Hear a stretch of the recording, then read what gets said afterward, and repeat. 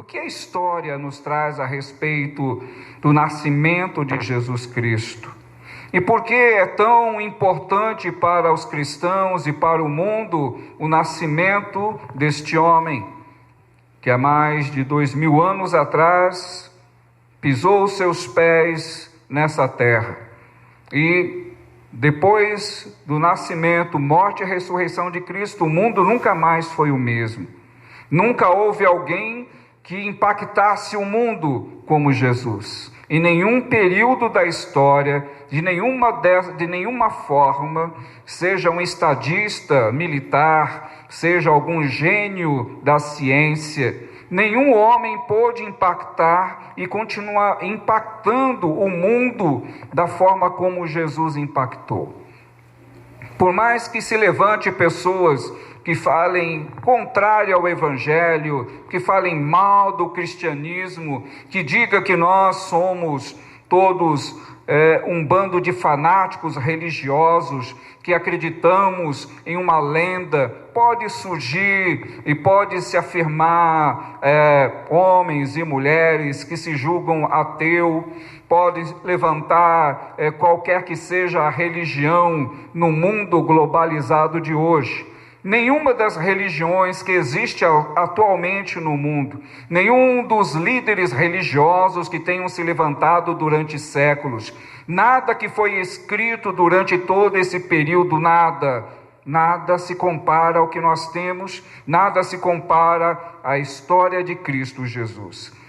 E esse evangelho que alcançou milhões de pessoas, essa palavra que vem através dos séculos, mudando a história do mundo e mudando a história das pessoas, ela vai continuar por mais quantos séculos o Senhor assim determinar. Por mais que estejamos no século 21, com muita atualização, com tecnologia, com tudo à nossa disposição, por mais que a tecnologia tenha avançado, por mais que os homens tenham perscrutado e examinado muitas e muitas coisas, o que se conhece hoje no mundo macroscópico, ou seja, no mundo gigantesco do universo, ou no mundo microscópico, no mundo onde nós não conseguimos enxergar com os nossos olhos naturais. Por mais que o homem tenha escrito livros de ciência, filosofia, por mais que o homem tenha examinado os artefatos arqueológicos, tudo isto é extremamente importante. Mas o homem não tem resposta. Ainda não temos resposta sobre a existência humana. Nenhum dos cientistas, nenhuma das teorias, continuam sendo teorias. Não se sabe como o homem veio parar nessa terra, não se sabe como esse planeta é, da forma que é, apesar de todos os intempéries e todas as condições que estariam contra existir seres humanos, nós existimos. Apesar de muitas insistências em falar que Jesus não passou de uma lenda, ele está vivo. E tudo isso, amados irmãos, tem sustentado a vida de milhões. E hoje nós somos bilhões de pessoas no mundo, vivos, fora os bilhões que já partiram para a glória. Eu escolhi o Salmo 23, que é o salmo que fala da felicidade. Ele fala da alegria, ele vem trazer um contentamento do salmista em estar diante de Deus. E eu já iniciei falando a respeito dessa questão, de nós cristãos sermos felizes, estarmos convictos que nós servimos a um Cristo vivo, que nós servimos a um Jesus imaculado, alguém que veio a esse mundo sem nenhuma mancha do pecado, contrariando a natureza, contrariando a física, contrariando tudo, a biologia. Jesus veio a esse mundo de uma forma onde nenhum outro pôde nascer. E o Salmo 23, o que tem a ver com o nascimento de Jesus? O Salmo 23, ele fala da felicidade de termos o Senhor como nosso pastor. A partir do momento que Jesus veio ao mundo, ele tornou-se o nosso pastor. Ele tornou-se o Filho de Deus, aquele que rege o mundo com a sua grandeza, com a sua maravilha, com seu amor. Nunca houve alguém que pisasse essa terra e amasse tanto quanto Jesus. Nunca houve alguém que pisasse nessa terra e dedicasse a sua vida em prol da humanidade. Nunca houve alguém tão manso e humilde quanto Jesus. Ao mesmo tempo que ele foi a ovelha, manso e humilde, ele também foi o pastor, aquele que direcionou os seus discípulos, que deu ordem aos seus discípulos, que mostrou o caminho para os seus discípulos. Então eu vou fazer uma analogia com o que está escrito aqui no Salmo 23. Ou seja, eu vou fazer uma interligação da vida de Cristo na terra com aquilo que o salmista escreveu 1000 anos antes de Jesus pisar na terra. O salmista escreve falando de Deus Pai, falando do Deus Todo-Poderoso, da grandeza de Deus. O salmista não poderia compreender porque Deus não havia revelado até aquele momento que ele tinha um filho. Deus disse: eu sou o único Deus, não existe outro além de mim. Foi isso que Deus disse para Abraão. No momento em que os homens que viviam aqui na terra, eles acreditavam na existência de deuses. Os homens acreditavam que existiam deuses de cada uma das localidades. Era isso que os homens no tempo antigo acreditavam. E não mudou muito. No tempo moderno ainda se acredita muito nisso. Se acredita em deuses, se acredita em pessoas que podem interceder no mundo espiritual. Então veja, mesmo que tenham se passado 30, 40 séculos, os homens ainda continuam pensando como pensavam no passado. E é por isso que essa palavra ela se torna atual para nós. Ela se torna atual porque ela fala ao coração do homem, ela fala à mente do homem, ela vai dentro da alma humana, vai no profundo da alma humana. E o salmista, ele inicia com uma frase: o Senhor é o meu pastor. Na linguagem que nós temos diz: nada me faltará. Na tradução mais próxima do original vai estar escrito: o Senhor é meu pastor e de nada tenho falta. Essa frase por si só, de nada tenho falta, o Senhor é o meu pastor, trazendo para a linguagem cristocêntrica, ou seja, para a linguagem do mundo, quando Jesus veio a este mundo. Os discípulos, quando estavam e disseram para Jesus: Mestre, nós deixamos tudo para te seguir. E isso eles disseram porque quando Jesus teve a visita daquele jovem, o jovem foi procurar Jesus e disse: Mestre, bom mestre, o que eu faço para herdar a vida eterna? E Jesus disse a ele: você conhece os mandamentos? Segue os mandamentos? Ele disse: sim, desde a minha infância tenho cumprido com os mandamentos. Muito bem, Jesus disse para ele: falta-te uma coisa. Vai, vende tudo quanto tens, dá aos pobres e vem e segue-me. E o jovem ficou muito triste e foi embora. E Jesus, voltando para os seus discípulos, disse: quão difícil é para os ricos entrarem no reino dos céus. É mais fácil um camelo passar pelo fundo de uma agulha do que o rico entrar no reino dos céus. E os discípulos olharam para Jesus espantados e disseram: mas mestre, quem é que vai poder entrar então? De que forma é que vai acontecer isto? E por que o espanto dos discípulos? Porque na filosofia e no mundo judaico, eles entendiam que as pessoas que tinham posse, as pessoas ricas, elas eram ricas porque Deus amava a cada uma delas. E as pessoas ricas no mundo judaico eram consideradas pessoas que já tinham a garantia da salvação. Por quê? Porque por serem ricas, pressupõe que Deus era com elas, de que Deus abençoava a vida delas, e quanto a isso não estava errado. Mas o conceito daquele jovem estava equivocado. Quando ele vai até Jesus, ele fala: o que eu faço para herdar a vida eterna? E aí, como ele perguntou o que eu faço, Jesus colocou para ele a questão. Porque ele poderia ter perguntado: mas Senhor, o que o Senhor me diz? O que é necessário? De que forma é? Como é possível? Não, ele colocou a questão no modo pessoal. O que eu posso fazer? E ele diz isso porque a cultura em que ele estava inserido era essa cultura. A cultura do povo judaico era a cultura de que tudo eles poderiam fazer para alcançar a salvação. Por isso que Jesus inicia perguntando para ele: conhece os mandamentos? A pergunta de Jesus foi uma pergunta retórica, ou seja, Jesus já sabia a resposta, de que ele diria: sim, conheço os mandamentos. Porque na mentalidade do povo judeu até hoje, eles acreditam, se eles cumprirem com os mandamentos, eles estão salvos. E essa não é só a mentalidade do povo judeu, é a mentalidade do povo brasileiro também.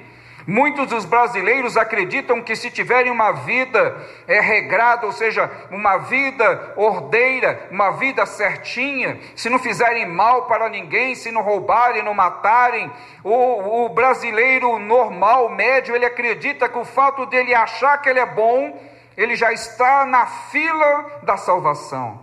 Assim também pensavam os judeus. Estavam equivocados. Porque Deus não criou o mandamento para salvar ninguém. O mandamento ele veio para condenar, porque é impossível ao homem cumprir com os mandamentos.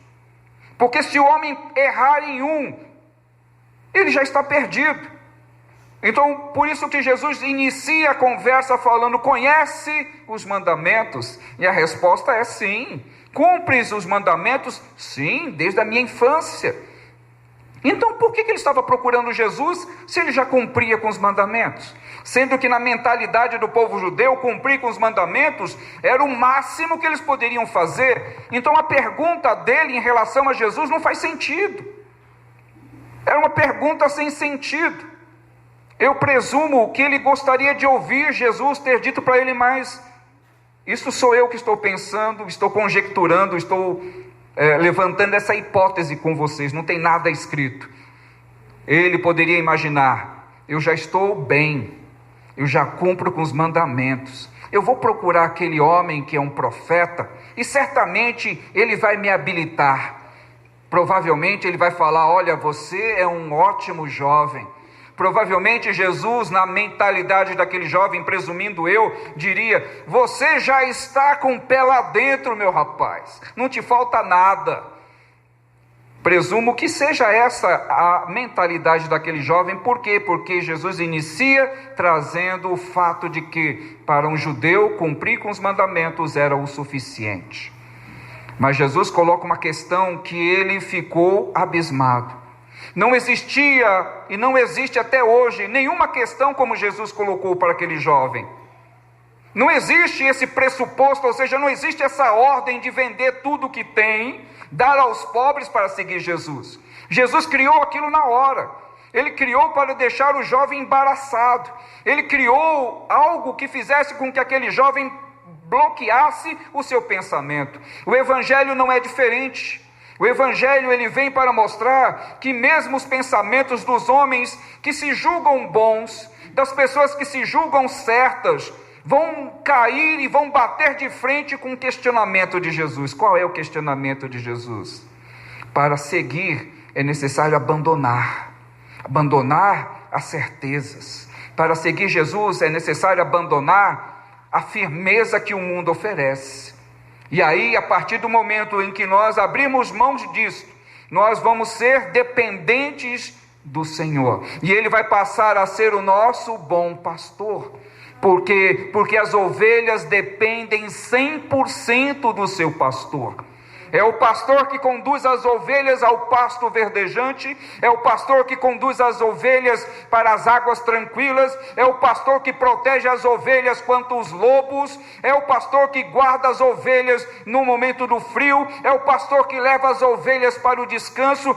Tudo é feito pelo pastor das ovelhas que abrem mão de tocarem a sua própria vida, de fazerem do seu jeito para deixar que o Senhor faça do jeito dele.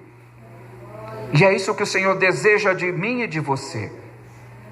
Que eu e você entreguemos nas mãos do Senhor totalmente a nossa vida para Ele dominar.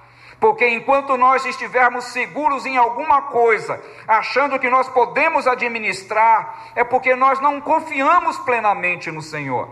E para confiar plenamente no Senhor, foi quando ele disse para aquele jovem: vai, vende tudo quanto tens, dá aos pobres e segue-me, e terás a vida eterna.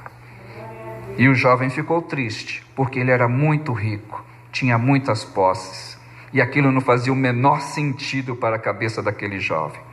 E no tempo atual, quando nós falamos do Evangelho, muitas pessoas também fazem o mesmo como aquele jovem, vão embora, porque não entendem o propósito do Evangelho. O propósito do Evangelho é sermos dependentes desse bom pastor, é dependermos dele integralmente. Isso não quer dizer que nós vamos deixar de trabalhar, não quer dizer que nós vamos deixar de nos esforçarmos, não é isto. Quer dizer que nós devemos confiar não no nosso trabalho, não na nossa capacidade, não no nosso intelecto, mas confiarmos plenamente na orientação desse bom pastor. E o Salmo continua e fala: deitar-me faz em verdes pastos, guia-me mansamente às águas tranquilas, refrigera minha alma, guia-me pelas veredas da justiça por amor do seu nome. O que são as veredas? As veredas são caminhos, e as veredas são caminhos que acompanham as águas tranquilas.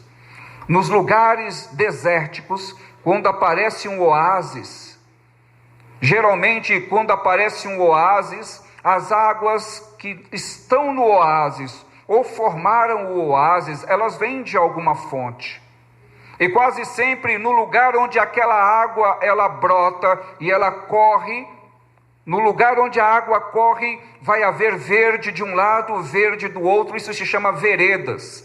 As veredas acompanham as águas tranquilas, e aonde há vereda, há verde, há pastos verdejantes. Então o salmista diz: refrigera minha alma e guia-me pelas veredas, ou seja, pelo caminho onde a água tranquila ela corre, onde vai haver verde de um lado, verde do outro. Ou seja, a partir do momento que eu estou sendo guiado pelo Senhor, o que eu preciso é confiar, porque o Senhor vai sempre me levar para um lugar onde eu possa descansar a minha alma, para um lugar onde eu possa me alimentar, estar seguro, porque o Senhor não vai me levar para um lugar seco, para um lugar que não tenha onde eu me refrigerar. E o refrigério é aqui. Aqui é um dos lugares de refrigério, a casa do Senhor. As igrejas elas se tornaram e vieram a existir porque os homens necessitavam de um lugar diferente da sua casa. Os homens precisam de um lugar diferente do seu emprego. Os homens precisam de um lugar diferente da sua família. No lugar onde você está sentado, aguardando aquilo que o Senhor tem para a sua vida, para o seu espírito, para a sua alma. Esse é um lugar onde o Senhor ministra o seu pasto verdejante e a sua água tranquila. Porque quando você entra na sua casa, é você quem manda, é você quem domina. No emprego, você está lá sob o comando de um chefe, a não ser que você seja o chefe ou o líder. Aonde quer que você esteja, vai existir um comando que não é o comando do Senhor. Mas aqui, na igreja, nós estamos aqui para ouvir e na dependência da vontade do Senhor. Você saiu da sua casa e não tinha a mínima ideia do que você iria ouvir e do que você veria hoje. Então você não tenha domínio sobre o que aconteceu aqui. Você não teve nada que pudesse influenciar o que veio acontecer aqui. E isso é bom, irmãos, porque tudo que nós temos feito e dominamos passa a ser algo que acaba nos cansando, acaba exigindo de nós. E quando você vem para um lugar que não depende de você, nós podemos descansar, porque tudo aqui o Senhor já preparou para a sua vida e para a minha vida. E aí o salmista ainda continua: ainda que eu andasse pelo vale da sombra da morte, não temeria mal algum, porque tu estás comigo. A tua vara e o teu cajado me consolam. Depois que terminasse de passar pelas veredas, e o pastor continuasse levando o seu rebanho, e tivesse que passar por alguns dos vales pedregosos, Na região do Oriente Médio, ali na Judéia, é um lugar cheio de pedras, é um lugar muito seco, um lugar onde tem despenhadeiros, mas o pastor não iria levar a sua ovelha para cair num penhasco. Nenhum pastor conduziria suas ovelhas para que caísse e quebrasse a patinha, quebrasse o pescoço. Todo pastor iria conduzir a sua ovelha com cuidado, porque o salmista diz aqui: a tua vara e o teu cajado me consolam. Ou seja, mesmo sabendo que eu estou passando por um caminho pedregoso, eu sei que o Senhor está cuidando de mim. Glória a Deus. Esse cuidado, esse zelo do Senhor, é um zelo que vai durar o tempo em que nós vivermos. O tempo, quantos anos você viver aqui nessa terra, o Senhor vai conduzir a tua vida. Eu posso dizer, assim como muitos meus irmãos que aqui estão, desde a infância, eu tenho sido conduzido pelo Senhor. Tenho passado por N lugares, tenho passado por muitas situações na minha vida. Já passei por situações financeiras desesperadoras, já passei com problemas de saúde também gravíssimos, mas eu sempre tive a presença do Senhor, e é isso que Ele promete para você e para mim. É mais um tempo, mais um período, o Senhor conduzindo a tua vida. O Senhor, mesmo que você esteja trilhando um caminho pedregoso, mesmo que você esteja passando por um vale difícil, o Senhor não nos abandona em hipótese nenhuma. E por que eu posso afirmar isso? Porque Jesus disse isso aos seus discípulos: eis que eu estou convosco todos os dias. Jesus disse aos seus discípulos: eu vou para o Pai, mas não vos deixarei órfão, eu vos mandarei o meu Espírito, o Espírito Consolador.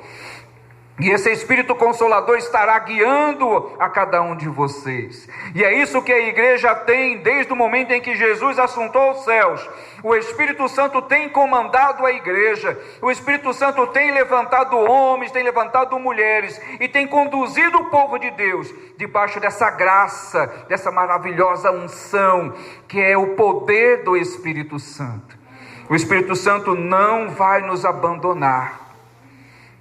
O verso 5: preparas uma mesa perante mim, na presença dos meus inimigos, e unge a minha cabeça com óleo, e o meu cálice transborda.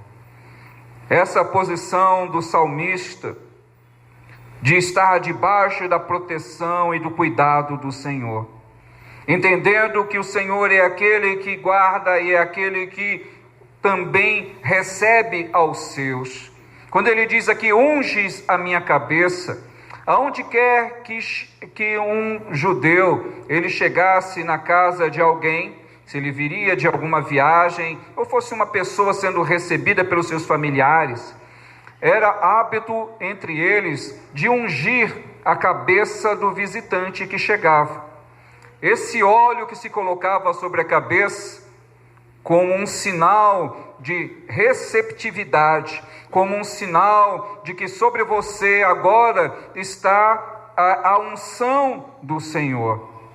E o salmista diz: preparas para mim uma mesa, seguindo a mesma visão, alguém que trilhou um caminho, por isso que vem as veredas, depois que chegasse em algum lugar ou em alguma cidade.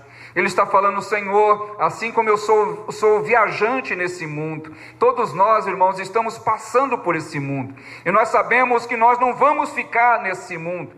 Por mais rico, por mais sábio, por mais bonito que seja o homem ou a mulher, todos nós estamos de passagem nesse mundo, e nós temos consciência disso. Mas mesmo de passagem, pensar em deixar esse mundo é algo estranho para nós, porque nós só conhecemos essa vida.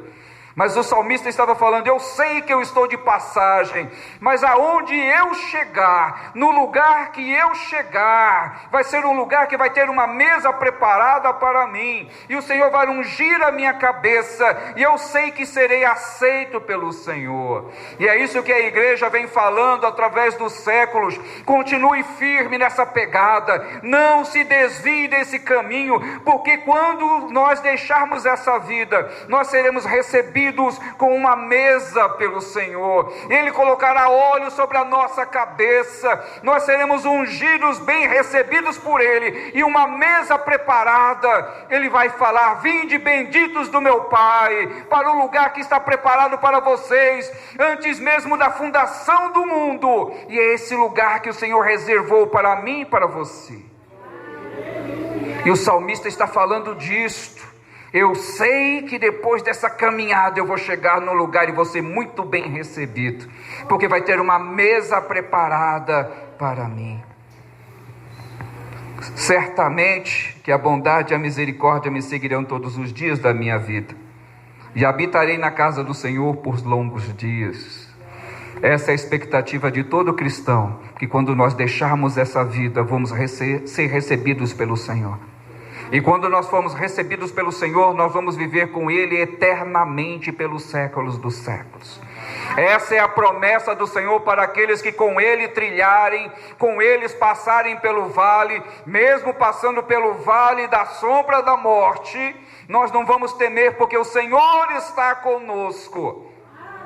E quando a morte nos alcançar, nós chegaremos diante do Senhor e encontraremos uma mesa preparada para cada um de nós, para nós vivermos com Ele para os séculos dos séculos dos séculos.